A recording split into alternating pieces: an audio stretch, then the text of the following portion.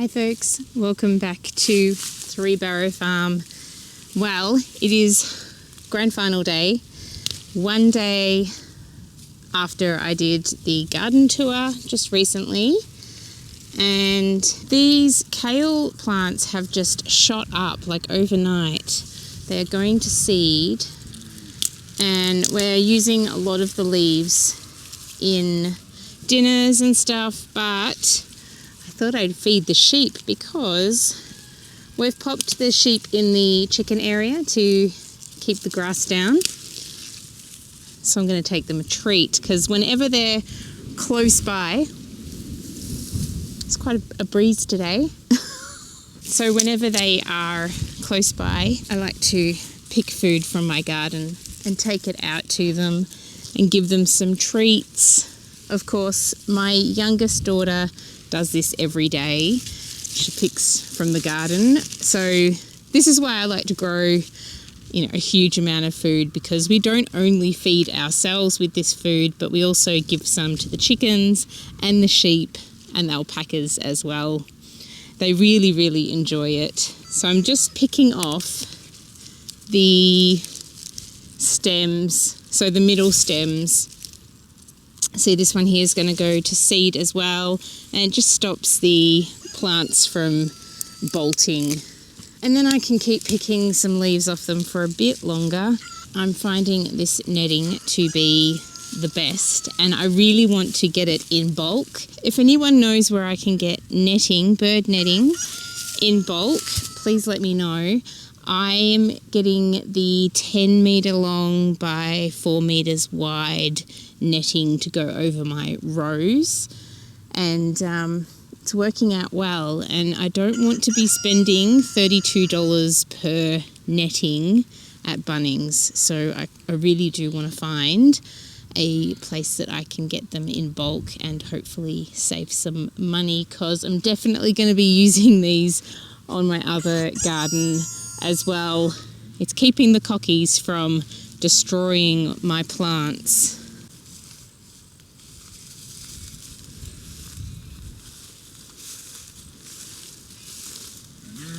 Chickens are going to want to have a part of this. I'm going to see if I can grab these guys on the top here. So the bigger sheep up the top is one of last year's lambs, and the ones down here, they are this year's lambs. They're getting so big now. They're very interested in what I have to offer, but they're a bit scared of me.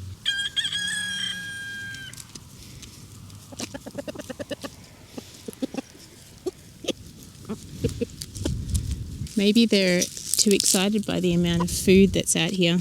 I've just had to put my dogs inside because they kept following me out into the paddock, and the sheep are scared of them, so looks like I'm just feeding the chickens today.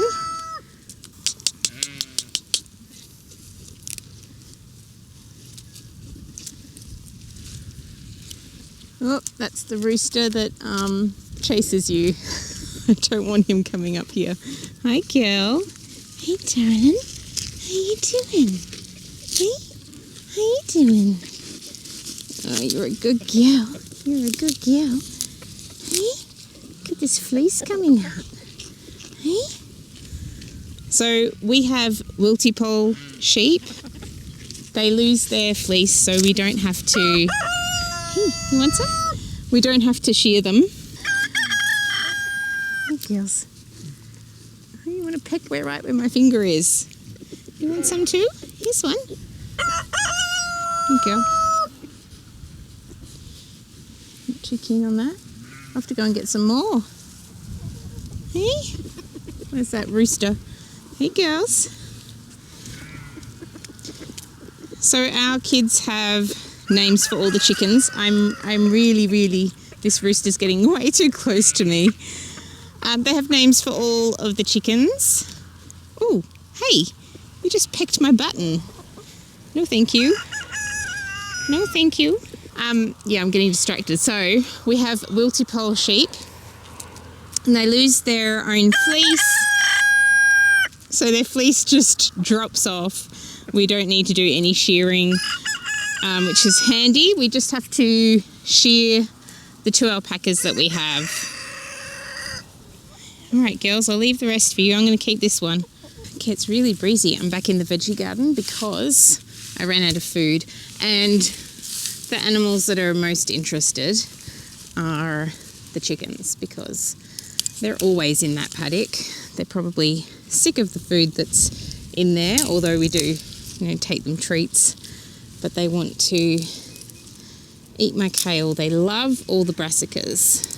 So I'm picking some more, and now that I'm not distracted by the animals, I can talk more about the sheep. So we have wilty pole sheep, which I've mentioned. They are meat sheep, and they are really easy to be grown as organic meat because they drop their fleece. They don't have a lot of external parasites and things because they have a very short fleece.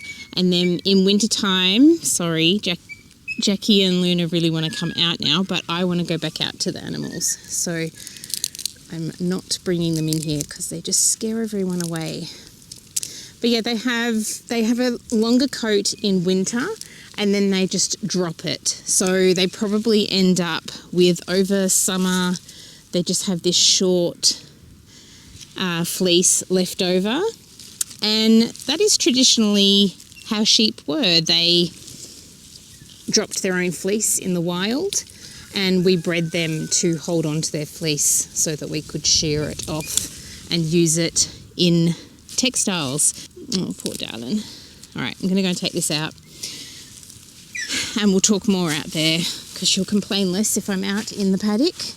Now, here's number 10. So we have numbers for our sheep. We don't give them names because they could always end up being meat, although these girls, they'll live out their whole life on our farm because they're stud sheep. They're really, really nice. They've lost some condition after having their babies, but they're building it back up. This is quite normal for... Oh, girls, don't bite. It's quite normal for one of the sheep's looking at my camera and tripod. The dogs are still crying out for me to... There you go, boy. This white one here is not the one that chases you. The one that chases me, oddly, is behind me, and this girl here, she loves pecking at my buttons. Okay, now this is just the chicken show. Hey? It's just the chicken show. Do you like the coriander? You just like the kale. Stop pecking my buttons. So this one here has been sprayed with a number. I think it might be her weight or her tag number, I'm not sure. So she'll be getting sold because we can't keep all of these. We can't keep all of the sheep, unfortunately. We can't keep all the ewes. We eat the ones that, just aren't as well off as the others. And we also eat the wethers as well. So we get quite a few boys and we can't keep them all. So a lot of them end up being meat for us to eat. Hey, darling, you want some? You're a bit concerned about the camera. You got your camera shy? Okay, so here's our chicken coop. I'm just deciding that this is going to be all about our animals right now. It is no good today for me to put newspaper down on vegetable garden number 3 and, put the manure down and start it all over again because the breeze... I'm going to go and get those dogs, actually, and then I'll be back. Okay, I'm back, and the dogs are out here, and I just picked some beetroot leaves. I was going to see how they go with the sheep, but the sheep are busy eating all the grass that they haven't been eating from for a long time. So I'm just going to give these to the chickens. And I'll talk about the coop. So this coop we built summer of 2020. It is a movable coop. It has wheels and we hook it up to the tractor and move it along We try to move it once a month. Every single time we move it, we have to take up all of the mesh that we have down around the coop that we keep there just in case a fox decides to dig underneath the coop. Okay, there's a lamb in here, so I need to get the lamb out. It's a little bit messy. We haven't moved the coop in a while. So we have 3 alpacas. I only see 2 in here at the moment. One's outside of the coop area. They're getting used to our dogs. So the alpacas will run after any dog. They're getting used to our dogs and understanding that our dogs are our pets and we love them. They're not our enemy, but when they run after the sheep, they get into trouble with the alpacas. Hey? So the sheep have come out of here. I've got 3 hens in the coop, in the nesting boxes. All right, let me take you through and show you the coop. So we have a door, standard size door on the front, and these are the wheels that I talked about. So there's one here and one on this side. So it's got I should probably show you, the front of the coop has whatever you call this bit for towing, has one of these, so we can just hook up the tractor, raise it up and move it along, so it works quite well. So they have a really large, beautiful outdoor area. It has a roof on it so that they have some shelter from the sun and the rain. Okay, so we have one feeder here. It's really, really messy in here. I apologize, but we need to clean it. It is very messy. These are the nesting boxes. So just really simple boxes. And this one is the favoured one because it's so dark. And there is a hen in there at the moment. There she is. Hello. And they're all laying eggs. We are getting 6 to 9 eggs a day. And over this side we have the roosts. So we have them all level so that there's no really sort of fighting over who gets to go up the top and who goes down below. However, the ones that aren't as high up in the pecking order have either these roosts here or they sleep over here. And this is the issue we have. These are just getting so messy because the chickens are sleeping here. So yeah, it's not ideal. And ideally, we wouldn't have this food thing here either because it's just getting disgusting as well. We don't really use this one anymore because the mice just get into it. Whereas this one here that has the lid to fill up, the only parts the mice might be able to get to is around here, although we try to fill up the food every single morning, early in the morning and then throughout the day, and hopefully not have as much out at night time when the chickens are sleeping. There's already some sheep fleece in here and we've only had the sheep in for a tiny bit. We also have a water one as well, which we want to link up as well, but we are planning to build a new chicken coop and we want to have multiple bays in this coop. It's not going to be movable. It's going to be more cleanable. Hi, you're looking to see if I've got more food. I better close this before the sheep decide to come in here again. Okay, so that is the coop and I will take you through when we build the new coop. It is on the list of things to do, but to be honest, we're just trying to keep up with the maintenance, and we've got a coop that works perfectly well right now. This is the attacking rooster that's right behind me again. Oh my goodness.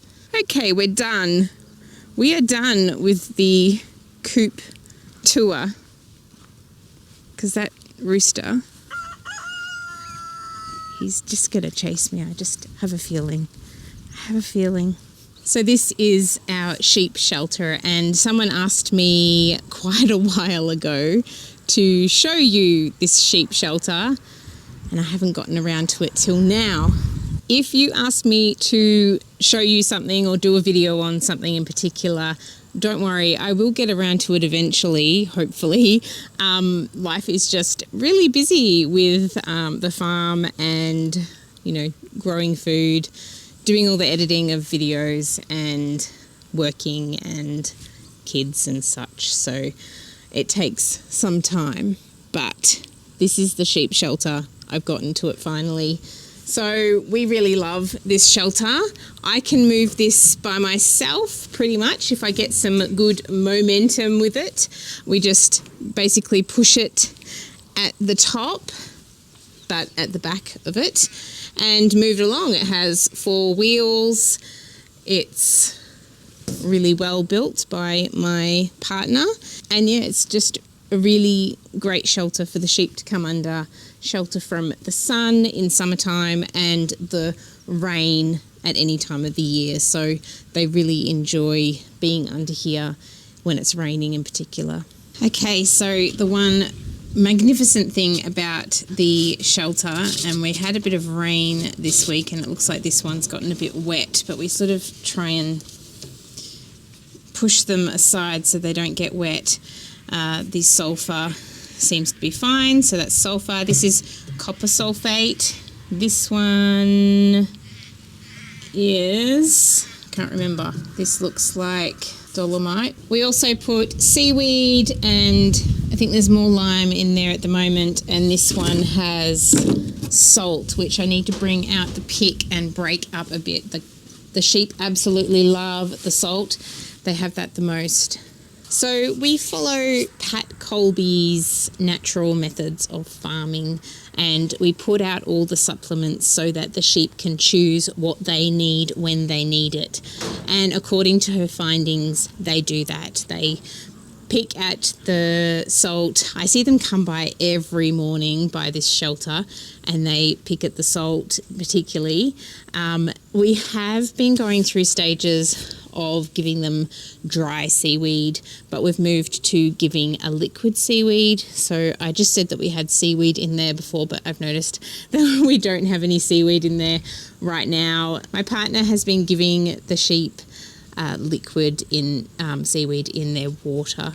So we give them seaweed, and we also give them apple cider vinegar. Sorry, I'm just watching the dogs. They're running around, and I'm hoping that they're not going to get sheep poo all over them. So yeah, we give them a lot of nutrients so that they're very healthy sheep. I've got one dog that listens and one dog that slowly listens. It takes her a while. She sort of has selective hearing. So it's really important to us that we have healthy animals, and Pat Coleby's methods just seemed really, really simple and really great. I mean, she's a farmer that farmed not far from where we are in Malden in Victoria. Anyway, she wrote lots of books, and I highly recommend reading them. There's a book almost for every single animal, and I think there's a book for pets as well. We've got all of them, even though we don't have horses and we don't have goats yet. We just love reading up on all these things that we, want to do. Not that we want to do horses, but, it's just interesting reading up on them and having those in your library. So it's really important to us that we have these supplements here, and that our sheep can come and eat what they need for their bodies, and they're really healthy and happy animals. So that is a high priority for us, and we do what we can with the knowledge and the skills that we have accrued over the 10 years of living here. Although we did read up heaps, and if you are waiting for your property, if you're waiting for that bit of land or that plot of land, I highly recommend reading up. We did 2 years, I think 2 or 3 years of reading up on doing all of this before we moved here, and it really helped. It was really beneficial. All right, my friends, that is all I have to show you to do with the animals that I can think of right now anyway. If you have any questions about how we do things or the sheep that we breed here, just let me know below in the comments. I have some very thirsty, exhausted dogs that have been running around like crazy while I've been filming this, other than the small stint where I put them inside. It is 3 o'clock in the afternoon and I think I'm ready for a cuppa and a relax in the garden after trying to do quite a bit of gardening this morning. I'll show you what I have done actually. Come and have a look. Okay, so it's getting a bit breezy now. As you can see, the newspaper is curling up and this is not ideal for continuing to make this no-dig garden, and this soil needs a good hose down again. The wind has really dried it up. This is the manure on top of newspaper, so I'm putting the newspaper on this bed entirely because there are lots of weeds and grass and things I don't want to come up underneath. And then I'm putting the straw in the pathways. The mums and the babies are calling to each other now. Thank you all for hanging out with me this afternoon just for a little chat about our animals. I really enjoy showing you guys what we're doing here, and I'm absolutely loving how you're letting me know how you grow your veggies and what you're doing on your properties or in your garden or on your balcony. I really enjoy hearing from you, so thank you for all the comments on my tomato video. I feel like I didn't talk enough about all the different things about growing tomatoes here, but slowly as I accrue some more videos on each vegetable, I'll put together some playlists, and yeah, you'll be able to flick through those and have a look. And also check out the comments below because that's where all of the fantastic tips and tricks are from lots of different people living all over Australia and in the world as well. So check them out, check the comments out, and I look forward to seeing you next time, my friends. Have a good afternoon, weekend, morning, whole day, whatever, whenever you're watching this, and I'll see you next time.